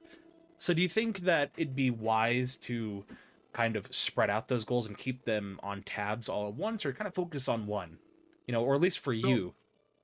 Right. So I would say focus on one main goal, whether it's one of the big three I mentioned, or your own goal, or some other thing, or whatever. Focus on one. Because if you have two main goals as your priority, you will eventually come to the point where they will collide, and you will have to decide what takes precedent over the other, right? Like, you know, I noticed creative expression clashes a lot with things like making money, right? So if you get reached out by like a brand sponsorship, like, we want you to push our thing, and we'll give you $1,000 plus $2,000, whatever, right? You have making money, and then you have our creative expression. Now you can, you know, mix it and be like, oh well, you know, it just takes part of the thing. It isn't that much of a difference. But you are still putting making money over it, because you chose to be like, well, part of my artistic expression will now be pushing this brand, which is fine. If that's what you want to do, people go into it for that reason. That's perfectly fine.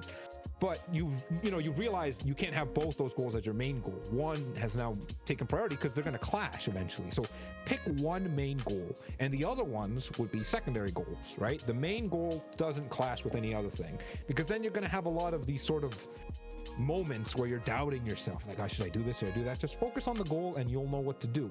Remember, your goal is your own personal goal, right? It should come natural to you, what you want out of it. If you're in a lot of moments where you're clashing, probably it's because you're putting all the goals or multiple goals as your priority. Don't do that. Pick one and make that your priority. It's kind of the main objective, and then like the optional side ones that you kind of can do at your own pace. Yeah, exactly. Like, are you familiar with busker statues? Busker, like like the people that are on the side of street that are like paint themselves gold and just kind of stand there. Yeah, like when I was in New York, I saw a lot of busker statues in Times Square. They were very interesting. So I tend to notice like my path is kind of like a busker statue. Like, I don't really think busker statues do what they do because it's the best way to make money. I think a lot of them, now I could be wrong, I'm not too familiar with busker statue culture or whatnot. Yeah. But I think it's a lot because of the performance. They go where the people are and they do their performance, being, they paint themselves and they become a statue, right? Like, I doubt, again, I could be wrong, but I doubt a lot of them are like, oh, I want to make it big to be the big name busker statues like Stone Cold Steve Austin or Dwayne The Rock John. No, I'm joking. Those people aren't busker statues. I was joking. But like, I doubt a lot of them do it because they want to make it big or make a lot of money. They do it because it's a performance art, right? Yeah. Yeah, they do get money out of it, but that's because it's like a secondary goal for them, right? If someone paid them to not be a busker statue, well, that's where you realize what their main goal is, right? It's like, okay, I'll give you $100, but don't be a busker statue. Then it's like, do they still be a busker statue or not? That's where you realize what their main goal is. And I doubt a lot of them do it just for the money. My goodness, if somebody said, I will pay you $100 not to be a VTuber, I'm just like, oh, that's an internal. Yeah, exactly. That's where your goals collide. Pick a goal, stick to it, and you won't have these collisions where you have to decide, one is this and the other is that, because that's where a lot of the conflict comes in. Man, that's a very good example. I never thought of that. Yeah. $100 to stop being a VTuber. Well, this has been a very good conversation. I think it's, with this last 30 minutes, let's go back and talk about you. Now, I have with me some information that you gave me, so I think it'd be kind of fun to kind of talk about this a little bit. So, firstly, the one that stands out to me, and the one that, when we talked about earlier, stands out to a lot of people, is your skills. Ah, yes, my resume. I submitted that resume to every single corporate VTuber company I imagined. I sent it to all of them. All of them turned me down, and I couldn't understand why. Maybe you could take a look at my resume and let me know what they didn't like about it. I think if I had to guess, they just don't like the color white. Maybe they just don't like the accents. Sometimes it's the font. Maybe a lot of fonts these days. I should have gone with eggshell. They told me go with eggshell. I'm like, no, maybe white, like mime white. Or maybe since these are newer companies, I guess they like sans serif fonts. So sans serif fonts. I'm more like a trebuchet kind of guy. Trebuchet MS. Ooh, those are good ones. But in terms of resumes, I'm not the biggest critiquer of resumes. But then again, my actual resume for my audio engineering is like just text with lines and bullet points. So you're already doing much better than I am in this regard. But talking about skills, it says here you have a couple of skills. I do, yes. You can now, actually thinking about what you talked about with your little Easter eggs and some of the stuff, I can now understand a little bit. Yeah, it's starting to all fit into pieces now. Yeah, I'm starting to plug in the pieces. So since your skills are a time stop, mind break, Mind break, yep. an app on phone that hypnotizes people, Okay, okay, technically it's not really a skill because the app is on my phone, but it's how I use it that's a skill. See, because I'm a performance artist, being able to get people in a sort of trance to convince, because you know how mimes work, right? They convince you they're in a box, they convince you they're doing this, they convince you they're doing that. Hypnosis makes it way better to do this sort of paranomasia. Like when I do it, people really think, yeah, paranomasia. You see a lot of mimes do it. Well, I say no. Paranomasia is puns. I'm thinking of pantomime. Yeah, pantomime is what you see. Yeah, I got them too confused. But you know, when I do the pantomime, people think I'm actually in a box because the hypnosis, it makes it so much more convincing. Aren't you actually in a box though?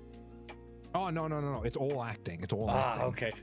You ruined the illusion for me, like my parents did with Santa.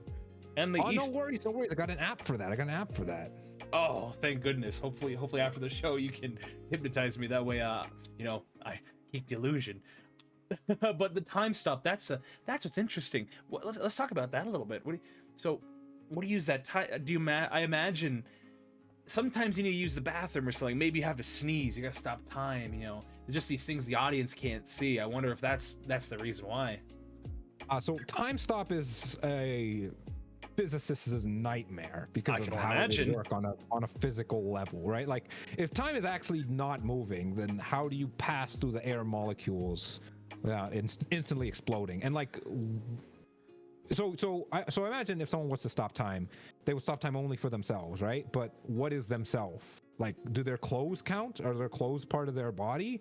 Right, like the dead skin cells on their hair, the makeup on their face, what have you, right? So time stop is a physicist's worst nightmare on trying to imagine how that will work on a strictly like physical level, if it was even possible. But for me, my time stop comes purely from acting. People are so entranced by my acting that they assume time is stopped. But I mainly just use it so that way I can think of the next thing I'm gonna say. That's why I have so much things to say, because I've been stopping time in between this interview, thinking about what.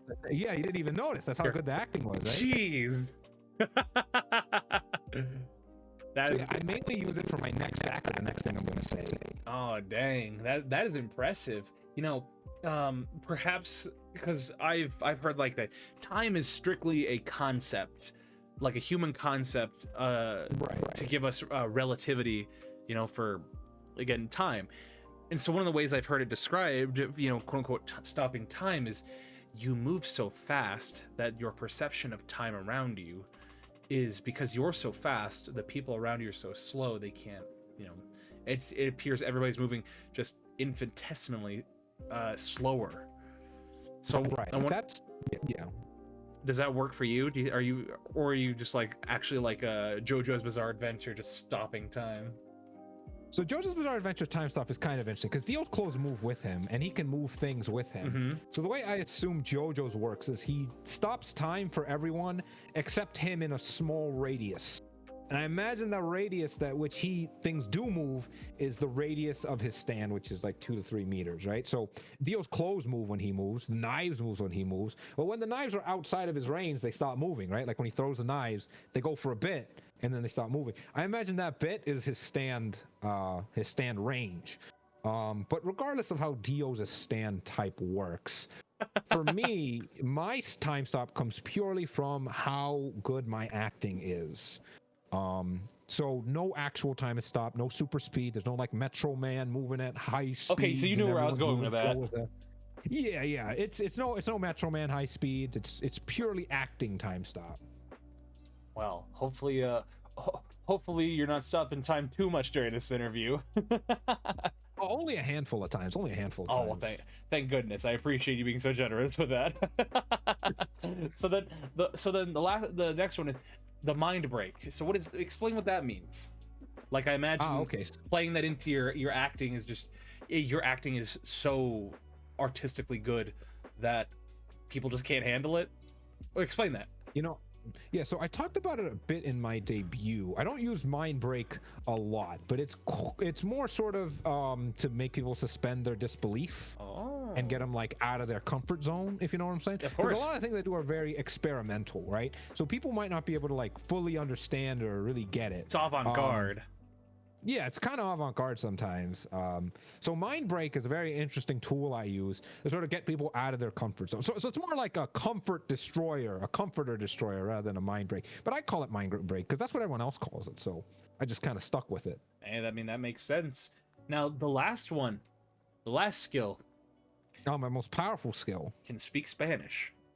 Ah, yes, I put that at the end because it was the most powerful one there. So speaking Spanish allows me to, you know, reach a lot more people. I'm Hispanic myself, not fully Hispanic, but you know, my parents spoke Spanish at home, right? Like we speak a very interesting dialect, but you know, I use words like ñaño, ñaña, colcha, Interesting. but yeah, like yeah. So you know, I speak Spanish fairly fluently and mainly just yeah, like mainly just to try to reach more people with my acting, with my performance, you know. That, you know, I have actually a question regarding that. Is there's a lot of VTubers who market themselves as, you know, multilingual, bilingual, you know, polyglots that they try and expand their performances and their reaches because they could speak different languages. You know, do you think if somebody were to learn another language, do you think that could help them expand their audience a little more because they learn that? Because, for instance, I speak French and I know Tahitian. I So, see. I'm not familiar with Tahitian. so it's the language. It's an older language that is spoken by the people of Tahiti. Ah, okay, I see. Because the history of the country is they were during, you know, like the 1800s and all that colonization between the British, the French, and other you know, countries. You know, it was French colony. I mean, you know, there were people before the French came, so the French kind of came, did their thing, and so they left their impact, especially in language, and so a lot of the French people learned French, while a lot of the older individuals try and keep the Tahitian language as much alive as they can. But the thing about it is, you can only learn Tahitian if you know French, I see. because all of the Tahitian, like all the Tahitian manuals, like language manuals, they are they're in French, so you can't I learn, see. like, the only way you can learn that is if you know French, because a lot of the things don't translate well to English. Ah, So, but, I, you know, doubling back, do you think that learning another language could be an important tool for something like content creation, you know, streaming or VTubing? yeah, that's interesting. So, like, you know, I always look at it in terms of the main goals, right? The three main goals why people go into it. Like every single streamer that I've met has fit into one of these three main goals. Some of them have like fall into other goals, like making friends and stuff like that. But the main three ones, like I talked about before, being those three. I would say if you're doing it for artistic expression, learning another language can help. It can help. It really depends on what you're doing, because with creative expression there's so many different things you can do, right? You can bake, you can make songs, right? You can do covers, you can draw. So like, you know, if you're doing drawing streams, learning another language might not do you too much help. But if your other goals are make money or be popular, speaking another language can help out a lot with that, because your reach is now essentially almost doubled depending on what language it is, right? Like, you know, some of the biggest most spoken languages in this kind of culture, right? Like you know, Japanese, English, Spanish is a big one too, right? Like learning Indonesian is another surprisingly language. another one. Exactly, yeah. Like learning another language could you know, spread your reach out like crazy. So I would say learning another language helps a lot if for your other two, if your main goals are either popularity or making money.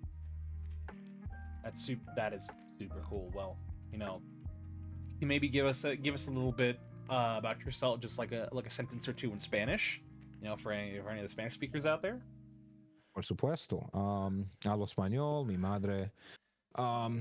Entonces, mis padres murieron en 2020 de la coronavirus, pero sabe que ahora vivo solo con mis hermanos, mi hermana, y ahora solo juego en la computadora, juego mis Binding of Isaac, mi Cuphead, todos esos juegos que me gusta. But yeah, like for anyone that understood that, I'll probably translate it not now, but I'll translate it like you know, I'll translate it on my birthday, which for Joey is December 13th. It's coming up. Coming up. This December 13th coming up, yeah. Well, I imagine that'll be a super fun birthday. But yeah. Hey. Thank you for giving us a little bit about that Spanish. Because again, learning French, and then my best friends speak Spanish. Picking up a little bit of that, so I was able to understand a little bit of that. Yeah, yeah. Which is super fun. Now, those are the skills. Why don't we talk about, a little bit about your, things you like, a little bit of the passion. Now, so it says professional mime for over 10 years and a casual gamer. So it seems like these two are very interconnected. But something Oh yeah, like. Go ahead. Oh no. I think you should finish your question first because I just have. Yeah, it's on. Well, I was going to bring up Warhammer, and I know from personal experience Ooh. that people who play Warhammer, they love talking about Warhammer. So Yeah, I love the lore of Warhammer and I love the video games. I don't have any of the miniatures because I know first and foremost it is a miniature war simulator. Mhm. I love the lore, I love the books, I love the video games of Warhammer 40K. Me with, I love writing stories, I love writing characters. So Warhammer 40K has been a huge inspiration. And given that it's parody, specifically exaggeration parody, it was a big inspiration towards Miss Perundes because she represents exaggeration parody of virtual streamers, right? So I took what I learned from Warhammer, which was like, exaggerate the sci-fi, exaggerate this, and put it into her. So Warhammer 40K, definitely look into it. There's at least one thing in it that someone's gonna like. It's such a multifaceted hobby, Warhammer 40K. So recently, I was actually at a convention in because I go to several conventions, around the year, because I'm in the Mountain Standard Mountain Standard Time area, and so I bounce Mm-hmm. back and forth between Seattle with PAX, San Diego with Comic Con, Las Vegas with their TwitchCon and Level Up, and most recently Salt Lake City with their FanX. And Right. when I was in Salt Lake, I actually, because I'm not a big Warhammer guy, but one of my good friends is a very big Warhammer guy. And, he got the Leviathan box recently, which, for those that don't know, is this recently, I think they released their 10th edition. Yeah, Leviathan. That sounds like Tyranids. Yeah. The new Tyranid invasion. Yeah. So, with that, they released a brand new box. I think it's about 150, about $200, something like that. Mm-hmm. But That sounds about right. Yeah. but it's a big old box that comes with a bunch of Space Marine miniatures, a bunch of Tyranids, which Tyranids are like space bugs, kind of. Again, coming from somebody who's fairly ignorant in the aspect of Warhammer, that's kind of the way how I mean, is there a simpler way you could describe Tyranids? Oh yeah, so yeah, Tyranids, space bugs, definitely. But man, there's so much more because Oh yeah. they might be the greatest threat to the galaxy, honestly, like in the whole Milky Way, because there's just so many of them, and they have so many tools, and they're so advanced. And oh man, they evolve like crazy, and like they have so many things against them, or they have so many things for them that honestly, like, unless some crazy stuff happens, the Tyranids might take it. The Tyranids, and like, if you know anything about Warhammer 40K, like, there's a lot of threats to the galaxy. Everything's a threat to the galaxy, probably even humanity themselves. Tyranids are probably the biggest ones. I don't know. I feel like the Imperium of Man is the biggest threat because of how much of they threaten themselves. Oh yeah, I mean, like, the Inquisition is definitely a big threat to themselves, to the Imperium, and all that. But like, with that, Yeah. yeah. So when I was in, but the reason why I bring it up is that we went to an actual Warhammer store for the first time, or I did rather, and it's so interesting because you can walk into any Warhammer store and they will give you a free little miniature to build there, and they'll teach you how to paint. And See. I did that for the first time. And let me tell you something. I can never spend as much money as my friend does on Warhammer. It just doesn't appeal to me in buying all of that when I could just bum off him and be like, hey, can I come over and just build miniatures and paint them with you? And he'll be like, yeah, sure. Because apparently a lot of people who are into miniatures, if you just say, hey, can I come over and do this with you? They would gladly let you do that. Oh yeah, I can totally imagine, because like painting is like half the fun, like who doesn't love painting little miniatures? Yeah, because let's see, I have my miniature on my shelf behind me, and I think I'll take a picture of that. I'll actually take a picture of that and put that in the Discord which I should get that link for a little bit later. But if anybody wants to see that, I'm not the best artist, I'm not the best painter, but I had so much fun building that in store and then painting it. Because let me tell you something, it's not as difficult as you think, and I say that because the way they teach it is so helpful. Because what is it? There was a specific type of, it's not primer. So the primer is the first step, painting is the second, and I think it's the last. It's like a staining or something like that. But it's the third step in the process that takes it from like basic paint to suddenly it's magic. I don't know what it's called for the life of me, but it's like, let me see. Could be highlighting. I don't know if it's highlighting.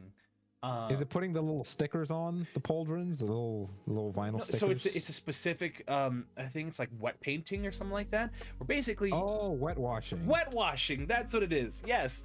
Or you take a little bit of the paint, you take like a little bit of black paint or whatever paint you want to use to shade. Get all over the thing, and then you dry it off, and then you get little occlusions.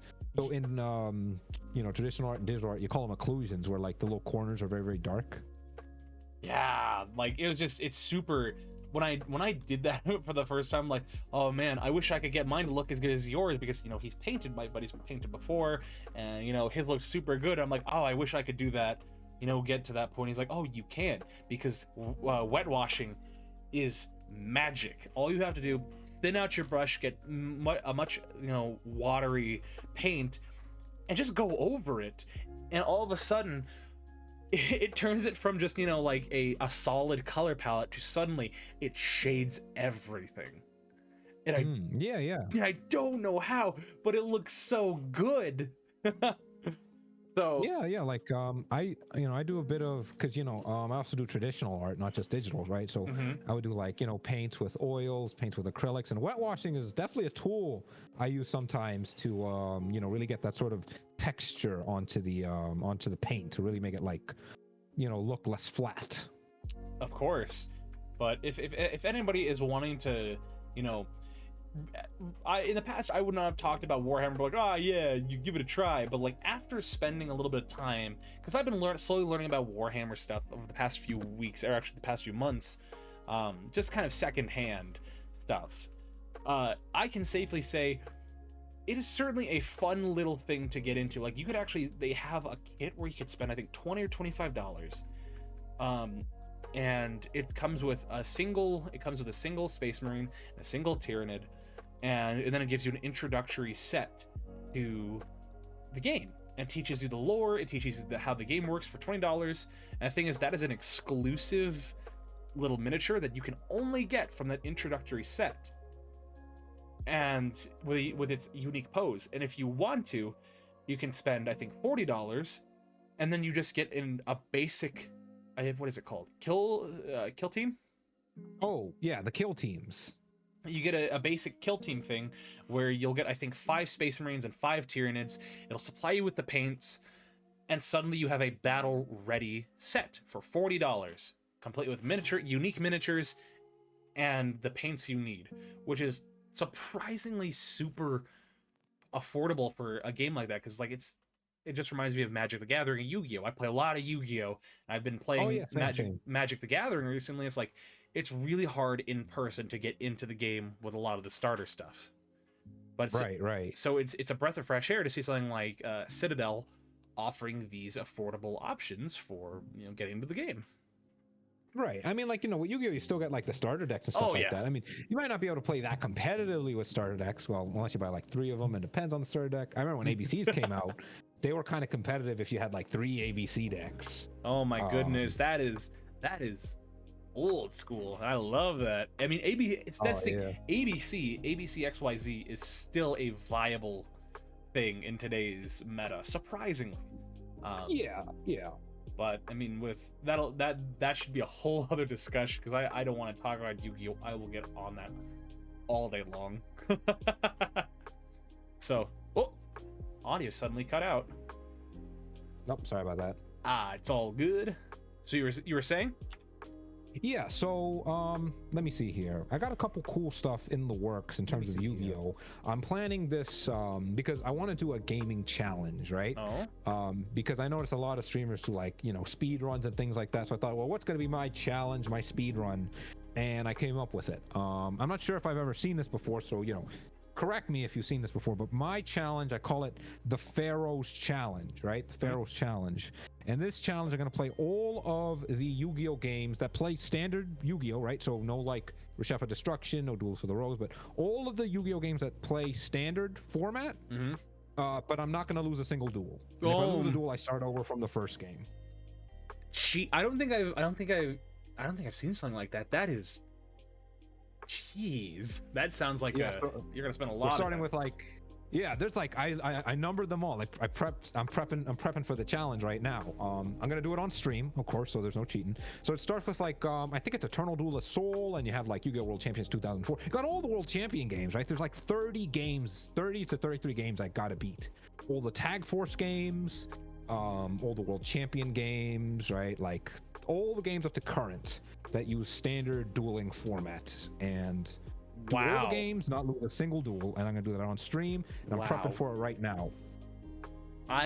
Best of luck to you, sir. You have my full respect. You can't see, but I am saluting you right now, because as somebody who's been playing Yu-Gi-Oh for so long, especially the electronic games as well. Thank you. Holy, Thanks for the good luck. holy Appreciate it. cow.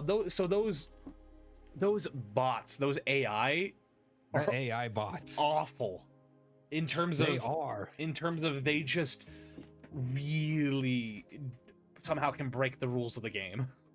So for practicing, right? I have played the first 3 games by myself off stream, and I managed to beat the first 3 games without losing a duel, right? But let me tell you, there's one thing I know, because like when you're playing a challenge like this, you play it a bit differently than you're just playing like casual Yu-Gi-Oh on stream, or like a casual Yu-Gi-Oh game on stream. Because when you're playing casually, like, if you lose a duel, that sucks, but it's not like do 10, 30 games sucks, right? There's one thing I noticed that I really scared the hell out of me, and that's Exodia decks. All the first 3 games, there's at least one guy that runs Exodia, and every time they do, I'm like, this is it, and I have to duel them to advance. I have to duel them multiple times. I have to duel them, like, because like in the first 3 games, they have this tier system where you beat the first tier of guys, you have to beat them like 5 or 10 times, then you beat the next tier of guys 5 or 10 times, and then yada yada yada. There's always going to be one Exodia dueler in there, and every time I duel him, I'm like, this is it. No more. I've lost. He drew 3 pieces. He searched for him with his Sangan and his Witch of the Black Forest. It's over. So I really top deck against Exodia whenever I duel him. At least I get to choose who I duel mostly, right? So 30 games got to go through. Who knows how many Exodia players I have to go through, because every game has at least one Exodia player for some reason. But yeah, I'm prepping for that, and I'm really excited. If I manage to beat it, that will be Joey's like that will be my mark on the gaming community, because people have their speed runs, people have their challenges. This is my challenge. This That's is the one your I'm going to magnum try and opus. beat. My magnum opus in terms of a gamer, in terms of gaming. that would be it. Oh my goodness. Well, I can only imagine how difficult that'll be, especially like because recently. Well, so actually, are you using the decks it gives you, or are you creating your own? So that depends. So actually, the first 2 games are kind of easy because they allow you to put in the cheat codes. Well, not the cheat codes, but how every Yu-Gi-Oh card has like that number at the bottom, Yeah. right? It has like those 8 or 9 digits. Those games allow you. The first 2 games allow you to put in those codes because they, incentivize you to buy the physical cards, right? Yes. The cards supplement the game. They only allow you to put 1 copy of each card. So I can make a pretty high level top deck in the first 2 games, because I can stack my deck with like Swords of Revealing Light, Raigeki, Sangan, which is the Black Forest, Vorse Raider, Dark Elf, all the strong high cards. Only 1 copy of each, so there's still some farming, and that still doesn't entirely prevent me from getting Exodia'd. But the 3rd game, there is no code. So the 3rd game, I'm gonna have to beat Tristan Taylor like 50 times in order to farm for all the cards I need to like properly top deck, right? Yeah. Well, So that's been my experience so far, and and that's just me testing. I haven't started the Pharaoh's Challenge. That's just me testing, see if it's even possible. well, again, best of luck to you. I mean, I haven't played a whole lot of the electronic games. I think the one was like an Egyptian styled one. What was it? I think Duelist. What was it? It was like Duelist of the Rose, maybe? not Duelist of the Roses. Maybe a PS2? No, No, it was a PS1 game. a PS1 game. I see. If I look, I think Forbidden Memories. That's what it was. Oh yeah, Forbidden Memories. Yes, I know that one. So Forbidden Memories, and then I played Yu-Gi-Oh. What was it? It was the one before Master Duel that came out recently. Are you talking about the one where like you go through the whole story of Yu-Gi-Oh, right? Yeah. Legacy of the Duelist. Legacy of the Duelist. That's what it was. That's the one. I'm also going to be playing Legacy of the Duelist, but that's one near the end. If you see me playing Legacy of the Duelist, you know I beat like 30 games before that. Well, that'll actually transition us into this last segment. Is there anything else we should know about you? Do you have any other projects that you want to talk about? Get that all out. Yeah. So, I'm working on my second skit. This one's going to be a much higher quality, a bit longer, and a lot funnier than my first one. The first one was just like a pilot to be like, this is what the feel of the skits will be like. I didn't know that this skit would take so long, but I'm excited to put it out because my third skit, I'm going to have one of my buddies, Zeke, in it as well. He's going to be in the skit, and it's going to be very funny. So I got that working. The second skit should be coming out soon. After my skit is done, I think the next thing I'll do is I'll work on my ASMR stream. Been meaning to do an ASMR stream. It's probably going to be a math ASMR stream or a stream of I think it's called the Codex Cephanias, which is a very, very interesting read. So it's either going to be one of the two. Sounds like a Warhammer of course, I have thing. No, it's not Warhammer, but I see where you're going with it because it's Codex, right? The Codex Astartes. No, it's the Codex Cephanias, very interesting read. I also have, like I said before, the Pharaoh's Challenge. I just need to get some art done for it. I'm gonna draw myself as a rare hunter for the thumbnail art for the Pharaoh's Challenge stream. Other than those three things, I guess the last thing on my mind is I'm going to be making my own podcast, like we talked about before, called Big Top Podcast with Joey D. King. The name Big Top was made by one of my friends, Ronan. Really great name because, Big Top being a carnival reference, and also it's short for Big Topic. So, if anyone listening to this wants to come onto my podcast and we could do a little interview, my podcast is where we're going to be talking about big philosophical ideas, such as, do we exist? Are there aliens out there? And things like that. And also half a bit storyboarding. So if you have some interesting characters, some interesting lore, you want to come to the podcast and talk about, it's also a place for that. That's all the things I'm working on. That's the whole platter on my brain right now. Well, that sounds like a very busy schedule, to say the least. But oh yeah, it's keeping me busy. Well, Lord knows we'll throw some support your way, and we look forward to seeing what you can do. Because thank you. All of these projects, keeping a man busy, well, it also keeps plenty of people entertained. Oh yeah, I can imagine. This is looking back when all this is done, I'll be so proud of everything I have made, I guess. Yeah. Well, I thank you so much for coming on the show, Joey, and I really appreciate it. And hopefully you can be back on the show and we can see an update and see what happened. Oh yeah, totally. I would love to come back. This has been a really good interview. Thank you for hosting me, Val. Very, very fun. Definitely. Of course, Joey. I could definitely recommend more people I know to come on, so you can have some more guests. Please do. Well, let me throw the Discord link in the chat. There's that. And if anybody else wants to come on, again, this has been such a fun. This has been. I'll probably say this every time, but right now, this has been my favorite episode right now. So many good things, we talked about today. From performance to goals to things that new people, new streamers should kind of think about a little bit. To talking about your skills, and then Warhammer. We had a little good discussion on Warhammer. But finally, upcoming things. I'm a little sad we didn't talk about beat up the Onceler as one of your goals because yes, that was one of them. That was definitely just beat the Onceler. I don't have to beat him up unless that's considered beating him as well, in which case I would put that on the list as well. Well, hopefully when you come back on we can see if that goal is met. Sound good? Oh yeah, definitely. That's one of my long-term goals. That's definitely gonna tick that one off. Big red tick mark on it. Well, like I said, we look forward to seeing you. Thank you so much, Joy, for being on the show. Thanks for having me. I'll see you next time. Yeah. Likewise, I'll see you next time, brother. Take care. Okay, let me push this stream over to the next one. Let's just do a little raid. Okay. So off that. Oh, I'm Yep. glad. I'm glad you've enjoyed being in the background. Well, I will see you later, Joey. Take care. Bye bye.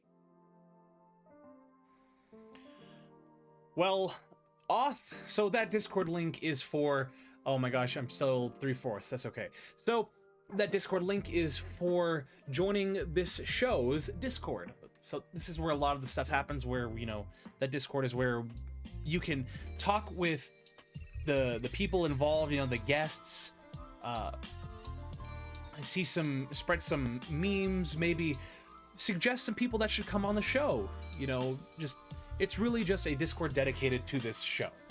Now, you saying that you love these streams is just, you know, vibing out in the background. That means a lot to me. It's wonderful. You know, having wonderful people like yourself, and anybody else in the audience, it makes this show so much more than I could ever imagine. You know, if I could, I would be doing this full time. You know, where I could just talk with people and really get to know them and really understand them. But as for this stream, this has been such a good one. You know, we've learned a lot, we've talked a lot, we've vibed a lot. You know, it's just been awesome. So thank you guys so much for being here and for watching. You know, I really appreciate it. And special thank you to Joey D. King for coming on and talking and having such a good conversation. Now, if you want to see more great stuff, please visit his channel. He's on YouTube. He streams on YouTube. He has a Twitter. You know, please check that out. Check out the Discord, because that's where a lot of the advertisements will be. No, it's more of a small creator thing. Like, it's primarily a VTuber focused thing, but if people want to be on that aren't VTubers, you know, I won't say no. So I just wanted to hear many people's stories, you know, hear who they are, what they're doing. So, you know, that's the whole reason why I started this channel. Oh, my music. Hold on, watch this. We're gonna go to that. There we go. The music started up again. So yeah, this is for everyone, because everybody has a unique story that they should share, and I hope I can hear that. Anywho, today's been such a wonderful stream. I love you guys. The next stream will be on Tuesday at 6 p.m. Mountain Standard Time. And I don't know what we'll be doing. Honestly, I think we might be doing House Flipper, because I got that recently for $3, and I have not played it yet. But yeah. Thank you guys so much for being with me today. I really appreciate it. Love you guys. I will see you later. Bye-bye!